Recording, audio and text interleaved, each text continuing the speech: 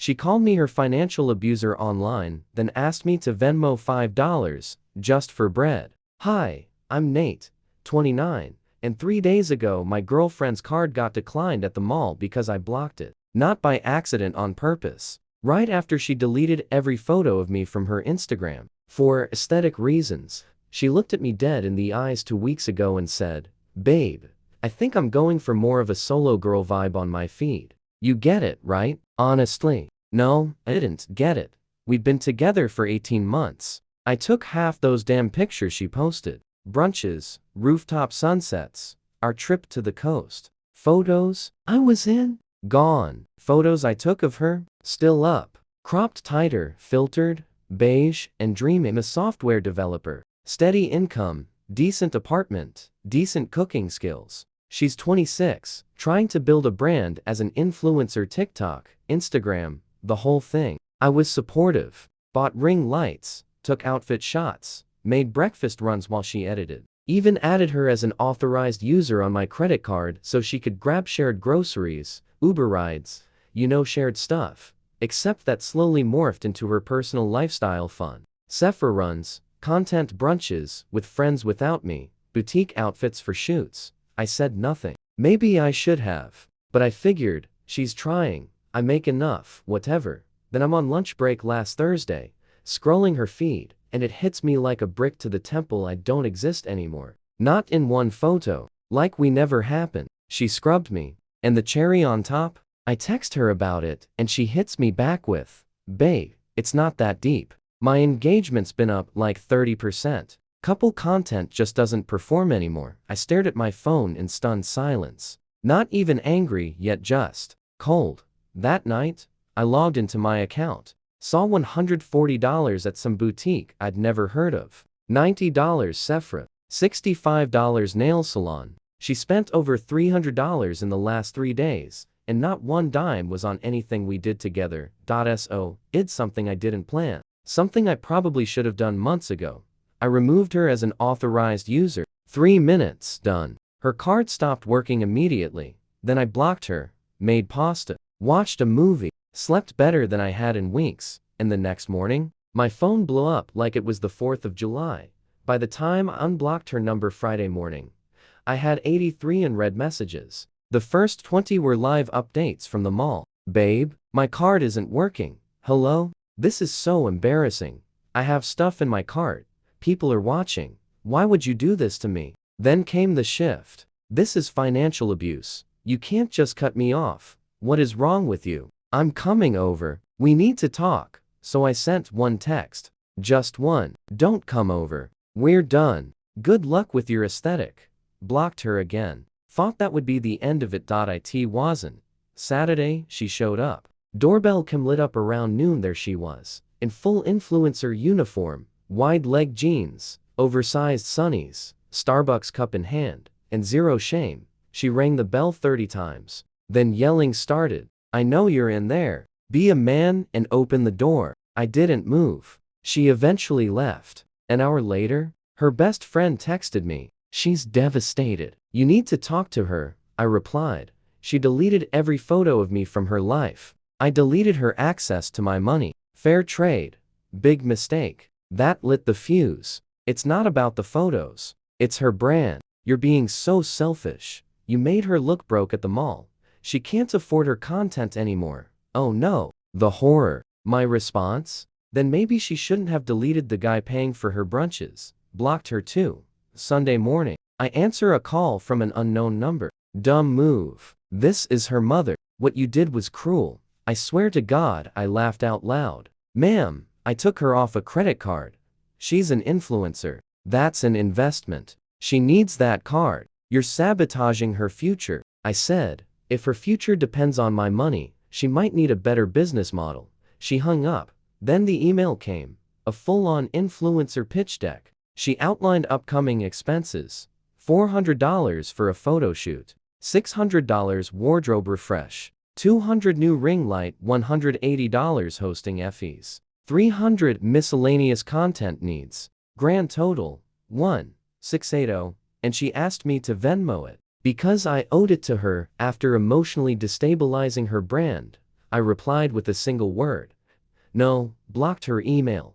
Monday morning, I think it's over. Then my boss calls me in. Hey, just a heads up, I got an email from someone claiming to be your girlfriend. Said you're harassing her online. Asked about HR policy, my stomach dropped. But my boss just laughed. I deleted it. Sounds like drama, but maybe. Keep documentation. By dinner, I'd blocked 5 numbers, 3 emails, and canceled the card she'd been using entirely. And that's when the real insanity started. By Tuesday night, it stopped being funny. Got home, stepped over a package on my doorstep. No return label, no note. Inside, everything I'd ever given her. Birthday gifts, books, cologne, the hoodie she borrowed 6 months ago and never returned. Petty? Sure, but also a little final. I almost respected it until Wednesday morning, when the real letter came. From a law office. Demand for payment, $4,200, financial support promised during the course of the relationship. Expenses incurred in reliance on said support. I actually laughed when I saw it. Then I called the number on the letterhead. Hi, yeah, I'm the defendant listed in this absurd fairy tale. Can someone explain what this is? The woman on the line sounded like she didn't want to be part of it either. Our client has documentation showing a pattern of support that was abruptly terminated. She's prepared to pursue this in small claims court. Documentation? I asked. Like the credit card I voluntarily let her use until she scrubbed me off the internet? She also has texts where you said you would support her goals. Support her goals, not her online boutique addiction. I hung up, called my buddy Matt, he's a lawyer. Told him everything, he snorted. She's got 0 case. Not even close. She was an authorized user. You can revoke that anytime. There's no contract, no cohabitation, no dependence. She's just hoping the scare letter makes you Venmo her hush money. Matt drafted a response, a polite, but solid, nice try. Not paying, we sent it certified. I figured that'd be it. It wasn't. Friday night, I'm out at a brewery with some friends, trying to feel normal again. One of the guys, Greg, scrolls Instagram mid-convo and suddenly freezes. Dude, is this her? He hands me the phone. It's her. Carousel post. Recovering from financial abuse. My story. Weaponized finances and silent control. Sometimes, the people you love most hurt you the deepest. I sat there staring at it like she'd hit me with a truck. There were hundreds of comments. Proud of you, girl. You deserve better. Red flag, jaw clenched. But what killed me wasn't even the post. It was the 3 photos she'd re-uploaded of us the week before, buried low in her feed to get me to turn the card back on. Gone again. She'd scrubbed me twice. Back home, I cracked a beer and just stared at the ceiling. I'd been funding a performance, a persona, a carefully curated lie, and now I was cast as the villain in it, until the next message came. Not from her, not from her mom, not from her best friend, from her cousin. Hey, the family's putting together a little help fund to support her since you abandoned her. Thought maybe you'd want to contribute? I almost choked on my drink. You want me to send money to help the woman who deleted me from her life and tried to sue me? I mean, when you say it like that, it sounds bad. It is bad. Blocked. Again. Sunday evening, doorbell rings. I check the cam. It's her. She's not alone. Her best friend's with her. And of course, her mother. 3 of them on my porch like a low-budget coven, standing there like they're about to stage an intervention. I open the door just enough to keep the chain on. We need to talk, her mom says. No hello, no pleasantries. Straight into courtroom energy. No, we don't. Yes, we do.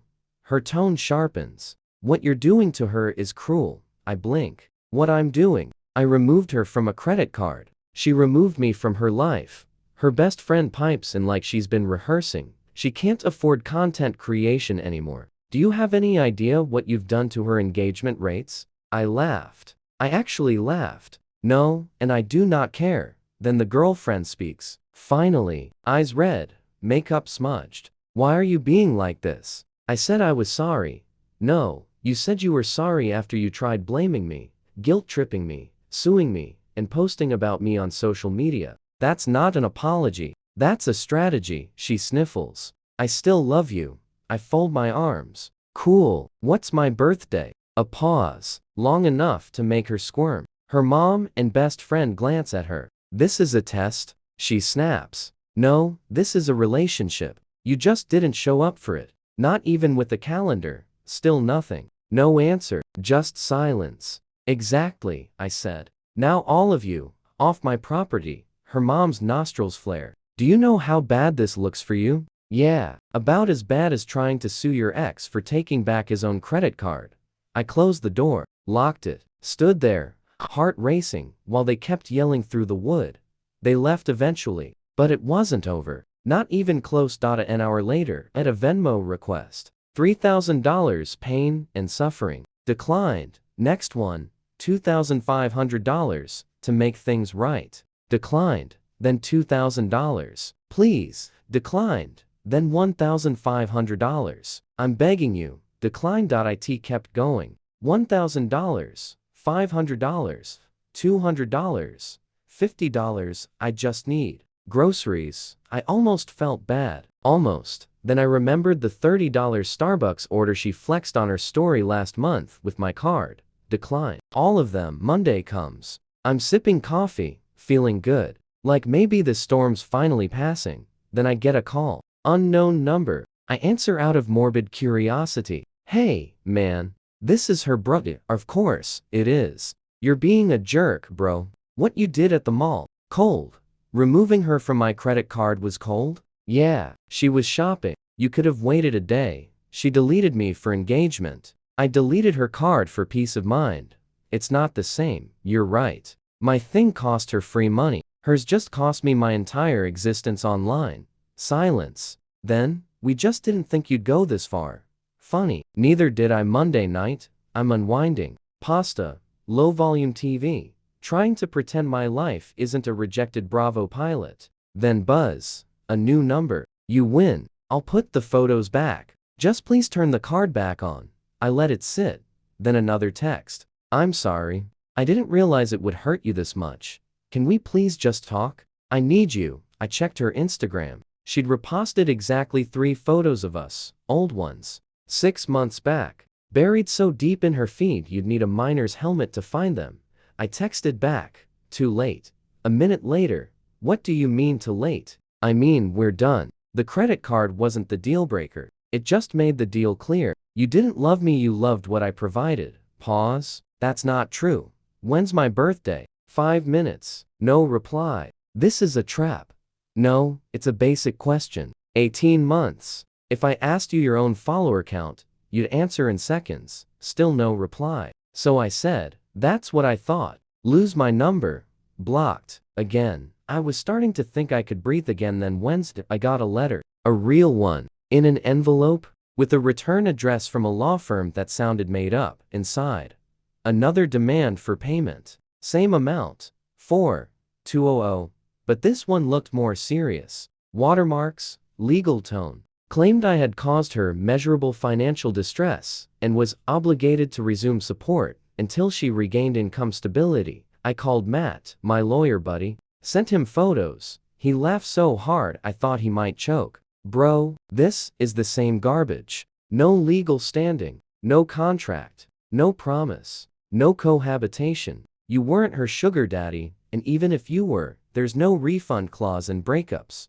He drafted a response. One line stood out. My client denies any financial obligation, formal or implied, and considers this demand frivolous. Further contact should be directed through legal counsel. We mailed it certified. Friday, I went out with some friends again. Needed to feel human. One of them asks, "Hey, whatever happened with that Instagram girl you were seeing?" I start telling the story. He stops me. Wait, is she the one who's been posting about financial abuse all week? Pulled out his phone. Showed me her feed. Partners who control finances equals. Red flag. Toxic masculinity disguised as money management. Healing from a relationship where my worth was measured in receipts. I stared at it like it was someone else. The comments were vicious. You're so brave.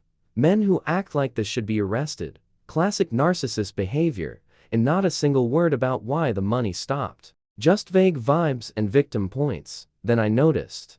The 3 photos of us. She'd reposted. Deleted. Again. She erased me twice. I handed the phone back, smiling tight. Yeah, that's her, he whistled. Dude, you dodged a grenade with an Instagram filter. Yeah, and the blast radius was still spreading. Saturday morning. I'm enjoying actual peace for the first time in week sunlight. Coffee, no texts accusing me of violating her vibe. Then my phone buzzes. Another unknown number. I answer like a fool. Hey, this is her cousin. Family's putting together a little help fund to support her since you left her struggling. I stared at the wall for a solid 5 seconds. Struggling how? Since you abandoned her and cut off her credit line. She's still trying to build her brand. It's been rough. And you want what? A donation. We thought maybe you'd want to contribute, since you were kind of a big part of her life. So just to recap, you want me to fund my ex-girlfriend's lifestyle because I stopped funding my ex-girlfriend's lifestyle. Well, when you put it like that, it is like that. Blocked. I don't even get to finish my coffee before my Ring cam pings. I check the feed. There she is. Again, this time. She brought the full support group. Her mom. Her best friend, and a face I didn't recognize, probably someone from her brand development group chat. She doesn't ring the bell this time. She bangs on the door. I answer, chain on. Again, DJ vu, but louder. You need to stop this, her mom starts. She's sick. She hasn't eaten. She can't sleep. You ruined her emotionally and financially.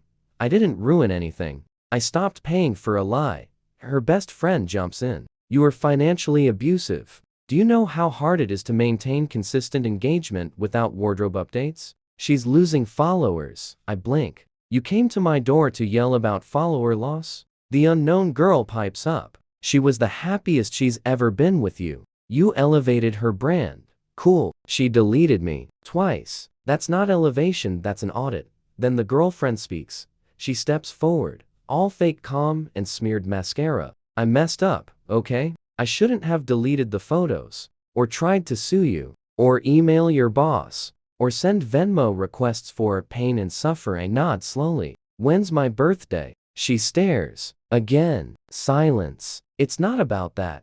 No, really is. They stood there, waiting for me to crack, to budge, to offer even a single dollar or moment of sympathy.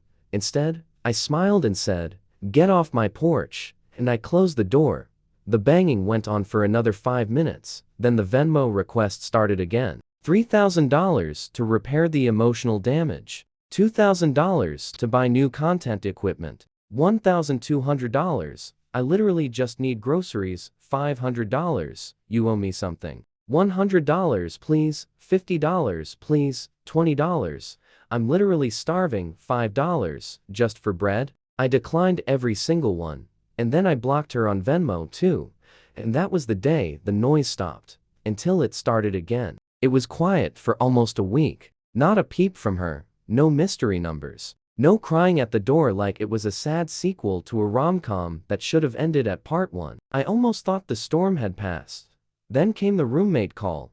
Tuesday night. I didn't recognize the number, but it had a local area code. I answered. Hey, is this Nate? Yeah. Who's this? I'm Kayla. I live with her. I sat down. Because this was going to be good. I just thought you should know. She's been telling everyone that you promised to support her while she built her brand. Said you told her to quit her retail job, and that you take care of everything. I blinked. Hard. I never said any of that. Ever. I figured. She's been spiraling. Keeps saying you blindsided her. But also that she's gonna get you back in court. She's been bragging about finding a real lawyer this time. Let her, I said, sighing. I have every receipt, every charge, every message. Let her lawyer scroll through Target and Sephora transactions labeled shared expenses. Oh yeah, I know. And also, she's on dating apps now. Posted a story last night about finding someone who values her journey. Course, she did. She also told me she spent $300 on a new shoot for her profile. Literally. 4 days after Venmo requesting you for grocery money. Actually laughed. Not a bitter laugh. A real one. I was finally past it. Thanks for telling me. No problem. I hate seeing people manipulated. She's been using everyone and playing the victim when it falls apart. We hung up. I blocked her number not because I was angry, Just because I was done letting anything tied to my ex take up even a pixel on my screen. Friday rolls around. I'm out to dinner with coworkers. Finally smiling again without a knot in my gut. Phone buzzes. Email notification. Sender. Herbs. Subject. Final message. I shouldn't have opened it, but I did. It was long. Like dissertation level. I've been reflecting. I'm moving on and finding myself. I want you to know, I forgive you for not being strong enough to handle my success. I blinked so hard I saw stars. I've learned from this. About toxic relationships. About financial manipulation. And I've grown. So thank you for the experience. It taught me what I won't accept again. And then the kicker. Also, I was wondering if you'd be willing to write a testimonial for my new website. About supporting women entrepreneurs. Just a paragraph or two. I stared at the screen in awe. She really thought I was going to endorse her after she deleted me, lied to me, sued me, stalked me, and tried to Venmo me for bread. I closed the email, didn't reply, didn't block her either, let it sit there like a digital monument to the absurd. That weekend, I found an old showbox of printed photos. From back when we started dating, before everything was Instagrammed and filtered and monetized. We looked happy in those shots. I looked happy, but I realized something. She looked happy, too, only in the ones I wasn't in. In the ones where I was holding the camera, funding the trip, picking up the brunch tab. She wasn't happy with me. She was happy with what I brought. And maybe, just maybe, she never even noticed the difference. That's when it all clicked. This whole thing, it was never a breakup. It was a refund request. And I wasn't processing heartbreak. I was closing a tab that had been left open for 18 months. One where I kept feeding in card numbers, energy, time, affection, and only ever got filtered selfies and beige captions in return. I deactivated Instagram the next day. Didn't even think twice. A friend texted me, "Bro, did you see her latest post? She's dragging you again." I replied, "Deactivated. Don't care." Comments are brutal, though. People finally pieced it all together. Someone posted a side-by-side of her story about financial abuse and your actual Venmo breakdown. Not my circus. Not my ring light. I smiled. For real this time. She could keep her aesthetics. Me. I was finally living a real life. Last I heard, she moved back in with her parents. Still posting beige-tone motivational quotes about growth through adversity like she's the heroine of a story she rewrote mid-chapter. Me. I'm dating someone new. A teacher. Doesn't have Instagram. Thinks influencers are hilarious. When I told her the story, she laughed so hard she nearly dropped her coffee. She deleted you for aesthetic? That's insane. Yup, I said. Best thing that ever happened to me. Owes the old credit card. Opened a new one, no authorized users. Put the money I used to spend on content brunches toward a down payment. Got pre-approved for a condo last week. Clean feed. Clean finances. Clear head. And somewhere out there, my ex is probably still adjusting her grid. I'm not bitter. Not angry. I'm just done.